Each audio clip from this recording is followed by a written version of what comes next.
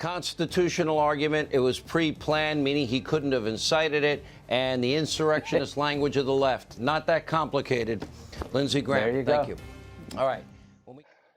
First item of Fox News impeachment coverage, the whole impeachment is unconstitutional because Trump is a private citizen. That's false.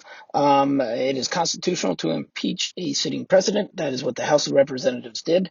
They then sent it to the Senate for a trial, or they wanted the Senate to hold a trial per the Constitution, but GOP leader Senator McConnell denied that speedy trial. So then it extended to while the new administration is in. But despite that, there is legal precedent for an officer who's no longer in that position to still be held to an impeachment trial. And most constitutional scholars agree that it is constitutional. And fourth, the Senate voted that it is constitutional. So basically, the entire trial should have occurred, and the question should not have been constitutional or not. It should have been on the merits of the case. So the former leader of the Senate, McConnell, was a classic violator of that. He basically went through the whole thing believing that Trump was guilty of all the charges, but acquitted him because it was unconstitutional. So he is the largest violator of the Senate requirements there. Second Fox News impeachment item, it was pre-planned so Trump could not incite the insurrection. Subjectively, that is laughable and ludicrous. Objectively, that is false. You can incite a riot whether it's pre-planned or not. Secondly, Trump did contribute to that by creating months of election misinformation that his supporters and enablers bought into. And third is all that he did have insightful rhetoric leading up to that point, including inviting supporters to January 6th, inciting them while they're there, and then delighting in the activities that they did in trying to overturn the election and rushing the Capitol. And that eventually, and that did directly result in many deaths and injuries. Third and commonly recurring item of Fox News coverage is the language of the left. And this is their classic whataboutism stuff. They can never focus on the topic, which is whether or not Trump incited an insurrection. Instead, they focus their argument on all kinds of things well outside the sphere of that. And they've been doing this for many, many, many years, and they're continuing to do it now in one of the most important events of the Trump administration. It's an unfortunate thing. But none of the what about examples were what motivated the insurrection, caused the insurrection, or contributed to that insurrection. And that insurrection was to overturn a legally held national election. House impeachment managers played a heavily edited clip of President Trump from January the 6th. And, of course, they conveniently left out the part when he told the crowd that you will peacefully, patriotically let your voices be heard. This is a common data point for Sean Hannity and the Fox News pundits, but also many GOP representatives as well, that Trump talked about peaceful and patriotic protest. That is true that he said that word literally, but he said peaceful once, and their speech was over 1 hour long. Secondly, he followed up by a lot of incendiary rhetoric. Third, he used a lot of lies, election misinformation lies, basically. Fourth, it was in the context of many other speeches that were rousing for the people to kind of rise up against the elected representatives in the Capitol, and also to overturn an election and to have the Vice President of the United States do something he was not constitutionally allowed to do. So the whole context is irresponsible. Lastly, peaceful mentioned once, but then all kinds of incendiary things. Stolen election. Take back the country. Warriors. Not going to take it. Weakness or strength. Fight, fight, fight. Suppression. Destruction. Pence needs to do the right thing, in addition to all the litany of fake media and enemy of the people lies. So that is the context, and that's what Sean Hannity and responsible people should be doing. So following will be some of the Fox News whataboutism examples. Stacey Abrams, who is no longer in office. Hillary Clinton, no longer in office. Nancy Pelosi, in office, but she was a target of the insurrection. Adam Schiff, who did a previous investigation, is not involved as a manager of this current one. Jamie Raskin and Eric Swalwell, both of which are House impeachment managers, but they were not Donald Trump on January 6th, nor did they cite an insurrection. There's also some classic Fox News mentioning of a Chinese spy who may or may not have had sex with somebody in Congress, and a shooter of a representative in Congress who was related to the campaign of Bernie Sanders. Respect that. In 2018, Abrams lost her race for governor, and despite the fact that she lost by, well, over 50,000 votes, she refused to concede. In Georgia, dozens of other top Democrats also refuse to this day to accept the results in 2016, and that includes Hillary Clinton herself. An underlying item for Fox News for many years and recently is that the Democrats never accepted Trump as legitimate president in 2016 and beyond. That is false. All the major politicians in November 2016 immediately conceded the election once it was proven to be conclusive that he had won the election legitimately. 4 years. Have Democrats, the ones that were pushing the phony Russia hoax or the impeachment hoax, did they ever accept Donald Trump's election win in 2016? I don't recall that they did. I don't remember that they did. We must accept this result and then look to the future. Did they ever accept Donald Trump's election win in 2016? Donald Trump is going to be our president. We owe him an open mind and the chance to lead. I don't recall that they did. I don't remember that they did. So I have instructed my team to follow the example that President Bush's team set 8 years ago and work as hard as we can to make sure that this is a successful transition for the president-elect. Did they ever accept Donald Trump's election win in 2016? I want to offer my congratulations to President-elect Donald Trump and wish him well for the American people. I don't recall that they did. I don't remember that they did. Of course, we were all very disappointed, not more than disappointed, hard to accept the results, but accept we do. Well, that kind of speaks for itself. What about Nancy Pelosi, 2017? Speaker Pelosi tweeting, quote, "Our election was hijacked. There is no question."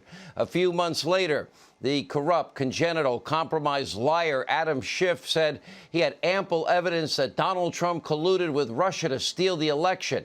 We all know we must fight. Oh, this sounds familiar. Fight like hell to stop this assault on health care and the Constitution. You know, Eric Swalwell, when he's not hanging out with his Chinese spy girlfriend, he also declared he would like to fight like hell. Remember the deranged Bernie Sanders fan targeting Republican lawmakers on that baseball field? Remember, he shot multiple people. Steve Scalise almost died that day and the following days. Now we get into more whataboutism examples. This is now focusing on common Fox News looping coverage of things like protesters of conservative politicians and also footage of riots and violence and burning buildings. Fox News loops really loves burning buildings, and that is always played in the background of the theme of the current politics of the day. And then they also cite in some Kamala Harris's statements as well.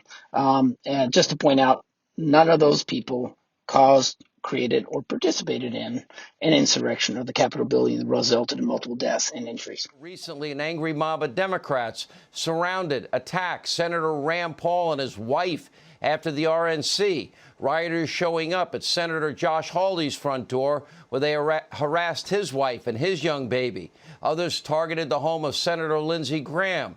The home of Mitch McConnell was targeted and vandalized. He was confronted in a restaurant.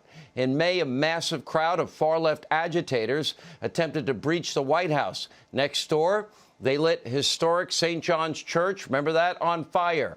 What happened? A federal courthouse was attacked for weeks on end. A police precinct literally burned to the ground. Others occupied. Businesses in dozens of cities looted, vandalized, lit ablaze. Retired police. Last summer's riots left a wake of devastation, and most Democrats, most in the media, they didn't care. Some even condoned, some supported these so-called demonstrations. They wouldn't call them riots. They lied. Because they're not going to stop. They're not going to stop before Election Day in November, and they're not going to stop after Election Day. His rhetoric? I have nothing in common with these two Medal of Freedom winners, but, you know, I wish I did. But, you know, I'm quite not deserving. You guys, congratulations. Well-deserved by both of you. Thank you. Presidential Medal of Freedom. Several facts are listed here. The first two are very objective. It's a high civilian award, and there's many very special activities that lead to somebody getting that prestigious honor. Very impressive stuff. The third is a listing of facts, but it leads to my subjective conclusion that these people are partisan politicians who supported Trump, and that's the reason they got their Medal of Freedom. In no way was that an intent of creating such a prestigious honor. So, narcissistic president, boom. Awarding it to same-party politicians, boom. Politicians who support him blindly with rabid partisanship, boom. Falsely patriotic rhetoric, they are classic for doing that and promoting their own patriotism and making it sound like if you oppose them, you are not patriotic. And then, lastly, the complete absence of fact-based assertions. Now, they do use facts. They use individual facts that are true in isolation. They're false when they make a conclusion based on that stuff collectively. Congratulations, Devin Nunes and Jim Jordan. No, there's 4 principles and 4 facts. 4 principles. This is unconstitutional. There was no due process afforded the president. This does grave harm. Thirdly, does grave harm to your First Amendment free speech rights. And fourth, it doesn't unify the country, as Joe Biden said he wanted to do just a couple weeks ago. Jim Jordan's 4 principles, yes, indeed, enjoy the irony that this whole thing is unconstitutional. False. See what was before. There's no due process. Well, due process is not a requirement of an impeachment trial. The Constitution does not provide rules for exactly how it's to be conducted. Just provides some general guidance, and then both teams do agree to the more detailed rules. So both teams and the senators agreed to that in advance. The prosecution then very thoroughly presented a case that included a lot of video and testimony evidence. Jim Jordan's claim that this creates grave harm to the First Amendment. That is not true. It does not harm the First Amendment. It does not curtail anything. Trump was allowed to, have a speech. No one was saying he doesn't have First Amendment rights. But also, the First Amendment doesn't protect someone from inciting violence. Or there are laws, on those types of activities. So even though you have First Amendment right to free speech, it doesn't allow you to do certain things that, in this case, was inciting a riot in an insurrection. Lastly, 144 constitutional scholars signed on to a group letter, and they're from both sides of the political spectrum, backing up all the information that's stated here. So there you go. Lastly, it doesn't unify the country. This is not an objective thing to argue. It's very subjective, but the irony here is massive.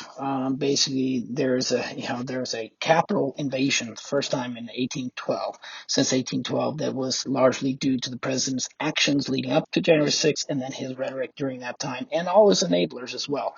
The enablers and Trump supported massive election misinformation and divisive actions over that whole time, but then they lose the election legitimately, and then they argue for unity over accountability, which is just rich. Unifying principles. Here's my thoughts.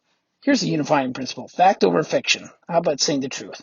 Secondly, integrity over partisanship. So you should have your values, and you're accountable to those values over your political party. Lastly, country over politics. Don't let your politics, your desire for re-election, or your desire for getting in favor with President Trump or your party take over what the right decision should be. Lastly, you're welcome. And then the 4 facts that never changed. How did the president incite a breach of the Capitol when the FBI knew ahead of time this was pre-planned, when pipe bombs were found ahead of time, before the president even had the rally, when Capitol Police asked for additional help, they asked for the National Guard to be there, and when the president specifically said, fourth and maybe most important, specifically said, peacefully and patriotically make your voices heard. So 4 principles. Jim Jordan's 4 facts. It's great that he has them. One is that the insurrection was pre-planned. Parts of that are true. Parts that are not true. Some of it was spontaneous, but that is also explained before. Pipe bombs were found in advance. That's an example of pre-planned elements. Yes, that's true. Doesn't have anything to do with this. Thirdly, the Capitol Police asked for additional help in advance. That is just not a relevant point. Fourth, and this is a fact, that Trump said peaceful and patriotic in a speech. As mentioned earlier, there's many reasons why that is just a Seaway type of thing. Essentially, he said it once, but then inflamed everything with lies and incendiary rhetoric after that, and basically incited the insurrection. Should actually interview all of those people and say, did you talk to Donald Trump? Did you talk to anybody in the White House? And I think that's what Jim's talking about having due process. What's really happening? First of all, the fact that there isn't even a judge of the Justice of the Supreme Court sitting there, and instead you've got someone who is a senator who's going to rip his quasi-mode robe off and then jump down and vote as a juror. I mean, it's just absurd. And ultimately what they're doing is they're taking a private individual after he's left office, seeking to impeach him from a job that he's already left, and based upon free speech, political rhetoric that both sides have used. It is an inherently political exercise masquerading as a legal one. This bears no resemblance to fairness and justice that must be dispensed in a trial. There are no rules of evidence. There's no standard of proof. There's no adherence to the law and justice.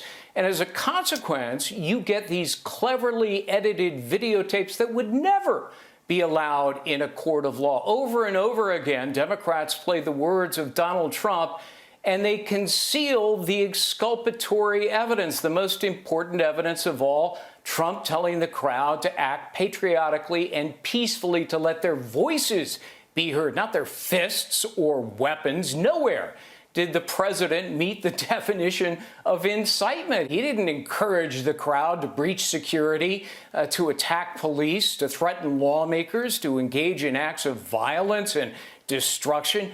None of that. If this were a real trial, Democrats would actually have to present evidence of incitement, but they can't present it because it doesn't exist. And today, the FBI and the Capitol Hill police actually now understand this was pre-planned. They were planning bombs the night before. So the whole storyline that Donald Trump caused this by his speech has fallen apart due to good law enforcement activity. And here's what I want to know. What did Nancy Pelosi know, and when did she know it? If this was widely known by the FBI and Capitol Hill police that people were planning to come to Washington before the 6th to create violence, I want to know, did she know about that? Where's the evidence that Donald Trump worked with a single one of these individuals or a single one of these groups? There is no evidence. Where's the evidence that anything he said in that speech resulted in the attack on that Capitol? Lindsey Graham has said it. It was in the New York Times of all places. This was all pre-planned. The FBI knew it might be coming. You cannot impeach a private citizen. You cannot have a trial on a private citizen. You don't have the power to prohibit a private citizen, a former public official, from running again. We have a rogue impeachment, a rogue House, a rogue Senate.